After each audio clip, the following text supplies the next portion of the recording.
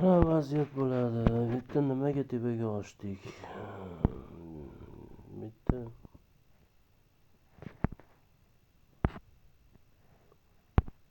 restansiya bor, qo'llab-quvvatlash bor. Mana tepradagi qarshilik zona bor. Meni ana shu yerda sotib olishimiz kerak. Riskovat qilolmaydi. Ana shu yerdan qo'rqmay pastga olsa bo'laveradi.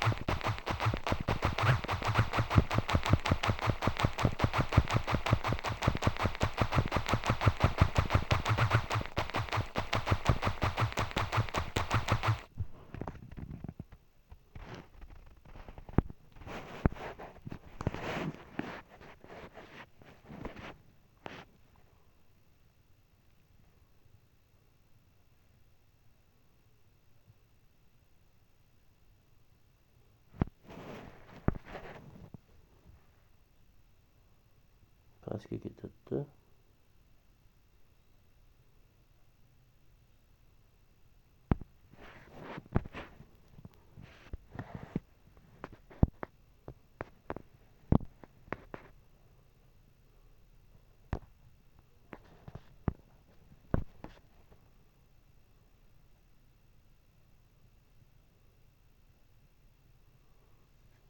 Ko'ryapsizlarmi?